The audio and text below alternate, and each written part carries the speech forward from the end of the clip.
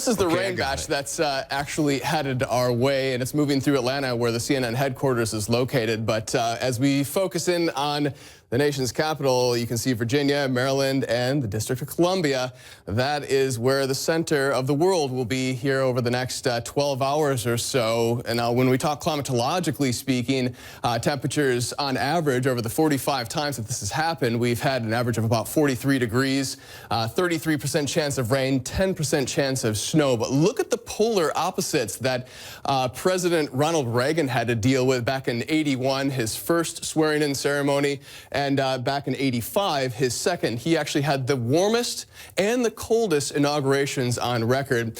Franklin Roosevelt and William Taft, they actually had the worst weather with the heaviest rain and the heaviest amounts of snow that brought down power lines and trees in the nation's capital. So we timed things out for you here just so you know what to expect. Perhaps you're heading to the National Mall or just outside of the Capitol building there to go watch the events unfolding. By the way, they're expecting about 1 million people to line the National Mall. The record being Barack Obama's 2009 inauguration. They had 1.8 million people show up for that. Low clouds, fog, that's going to perhaps dampen kind of the mood a little bit there, perhaps reduce our visibilities. But the rain really moves in right about noon when Donald Trump puts his hand on the Bible, and it will certainly be a wet inauguration. Then the parade starts to take place about 3 p.m., lining the streets there across the nation's capital. Most of the heavy showers should move on by then, but certainly drizzle, low cloud, and fog anticipated in this forecast. So that will impact perhaps the amount of people that will head out to go see the day's events. How much rain are we talking?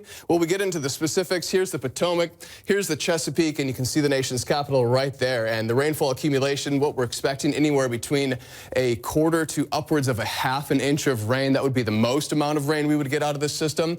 Not a lot, but certainly enough to kind of change things up for us here. But check this out. We put together this really cool graphic.